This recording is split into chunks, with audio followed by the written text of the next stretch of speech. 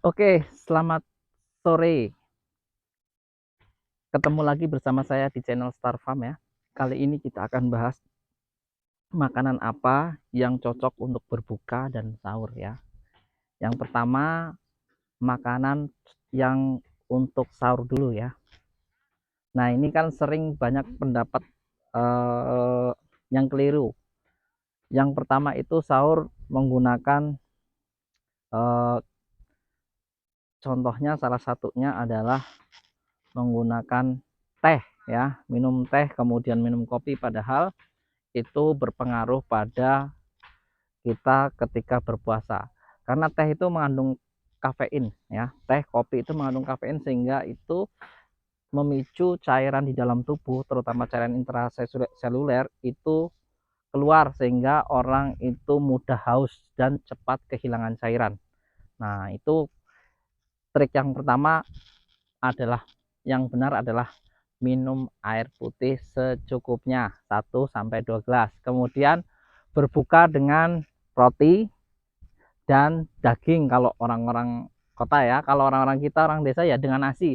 Yang paling baik itu adalah dengan nasi merah ya, terutama karbohidrat itu harus dipenuhi. Kemudian protein tinggi yaitu dengan menggunakan misalnya contohnya ayam ya. Ayam yang bukan digoreng ya, tapi dimasak dengan direbus atau dikukus, itu yang paling bagus ya, jangan digoreng. Karena kalau digoreng itu nanti malah nutrisinya rusak ya. Paling bagus itu makanan makanan yang mengandung protein, baik itu ikan, kemudian ayam, kemudian bebek ataupun apapun itu makanannya itu adalah dikukus dan direbus. Yang paling bagus, paling mantap itu dikukus ya. Dipepes itu paling top ya, nutrisinya tidak akan hilang. Kemudian sahur dengan susu. Nah, ini yang nggak mengidap penyakit lambung ya. Ini dengan susu ya. Kenapa kok susu-susu? Karena susu itu sangat baik ya untuk memenuhi kebutuhan, terutama OAT ya. Yang paling bagus itu dengan OAT ya, sehingga tubuh itu bisa memenuhi kebutuhan kalsium, magnesium, dan tembaga ya. Itu sangat baik ya. Kemudian tips makanan untuk yang sahur, yang berbuka itu adalah bukan makanan dulu. Yang bagus adalah menggunakan minuman. Minuman apa? Minuman air putih. Nah, air putih paling bagus karena air putih itu untuk memenuhi kebutuhan cairan tubuh. Biasanya kalau kita berpuasa itu biasanya efek kehilangan air kita kekurangan air putih itu salah satunya adalah kita itu salah satu tandanya biasanya pusing, kemudian mudah lelah, lemas, lesu, kemudian letih ya, rasa apa-apa malas. Nah, itu adalah tanda-tanda kekurangan dehidrasi sedang ya, tapi tidak berbahaya ya. Kemudian eh, yang selanjutnya monggo Pak di. Nah, untuk yang selanjutnya adalah kenapa kok orang itu kehilangan air dengan dehidrasi itu enggak berbahaya enggak? Menurut penelitian, jadi kalau menurut penelitian bahwa kalau kita pusing atau dehidrasi sedang, biasanya paling berat itu adalah sedang, itu sampai pusing kemudian lemas letih, itu nggak berbahaya.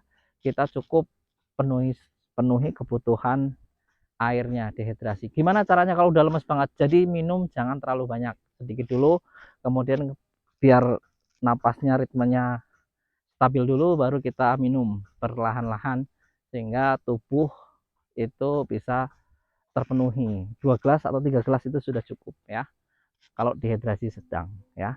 Kemudian yang selanjutnya adalah makan gula, karena gula itu makanan yang mudah diserap ya, karbohidrat ya.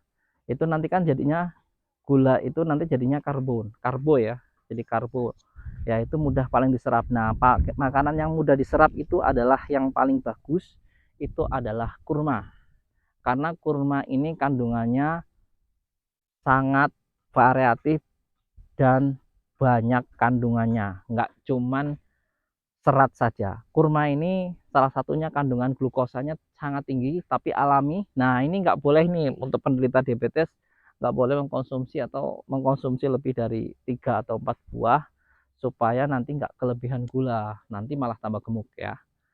Nanti kan kalau di gula berlebihan di dalam tubuh akan disimpan dalam bentuk lemak. Nah, kemudian kalau berbuka usahakan makanan-makanan yang mengandung salah satunya banyak cairan. Contohnya salah satunya adalah buah ya, sayur itu kandungan cairan itu sangat banyak. Sup, nah itu sangat banyak ya.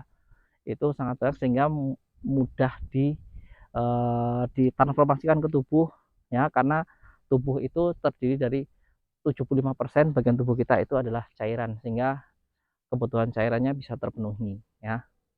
Terus makanan yang hindari makanan yang mengandung kafein, kemudian mengandung gula. Gulanya dalam konteks adalah gula yang bukan alami. Kenapa kok saya seperti jus, kemudian kolak, itu saya nggak anjurkan, karena itu kalau kita mulai pertama itu dengan makanan-makanan yang sulit dicerna, ini akan memicu salah satunya adalah kerja asam lambung meningkat, kemudian HCl itu produksi asam lambung di mukosa itu, sel mukus itu akan mengeluarkan HCl yang berlebihan sehingga akan terjadi misalnya contohnya adalah mah, kemudian sebab apa enek di dalam perut, kemudian kembung. Nah, itu salah satunya ya. Itu makanya saya melarang. Kapan waktunya makan atau minum es yang pas ketika berbuka itu adalah 2 sampai 3 jam itu baru boleh minum es, karena lambung ini baru beradaptasi. Jangan sampai lambung ini beradaptasinya terlalu cepat, karena paling mudah tubuh atau bagian lambung yang akan kontak dengan makanan itu yang paling mudah itu adalah air dan gula. Yang saya anjurkan adalah gulanya adalah salah satunya adalah kurma, kemudian buah, dan yang paling bagus yang salah satunya paling top adalah madu. Nah, madu ini harus diperhatikan Bapak Ibu ya. Madu nggak boleh lebih dari 2 sendok ya. Nah, ini kalau yang punya keturunan diabetes itu nggak boleh lebih dari 2 sendok ya. Walaupun dia belum terkena diabetes, sehari minimal ya 2 sendok sampai 3 sendok kalau memang berpuasa. Kalau normal sehari itu nggak boleh lebih dari 2 sendok ya. Nah, kalau kita berpuasa maksimal ya 3 sendok. Nah, ini enggak, yang perlu diperhatikan gula ya, itu bisa menyebabkan salah satunya diabetes kalau berlebihan, walaupun dia sifatnya alami, tapi kalau berlebihan itu akan memicu uh, salah satunya adalah pankreas untuk mencerna hingga rusak nanti pabriknya kalau berlebihan. Semua itu yang berlebihan, makan yang berlebihan, pokoknya makan makanan yang sifatnya kayak gorengan, kemudian makanan berwarna, itu saya nggak anjurkan, karena bukan tubuh kita menjadi sehat, tapi justru malah timbulnya penyakit karena tubuh kita butuh detox, mengembalikannya itu dengan pelan-pelan sehingga tubuh kita itu bisa sehat. Jadi kalau Anda pengen sehat ya ikuti saran dari saya ya, saran dari supaya tubuh kita bisa beradaptasi dengan baik.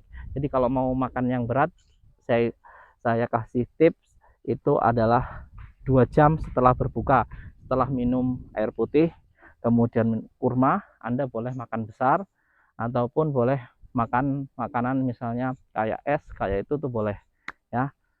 Tips dari saya sekian dulu. Saya akhiri. Assalamualaikum warahmatullahi wabarakatuh.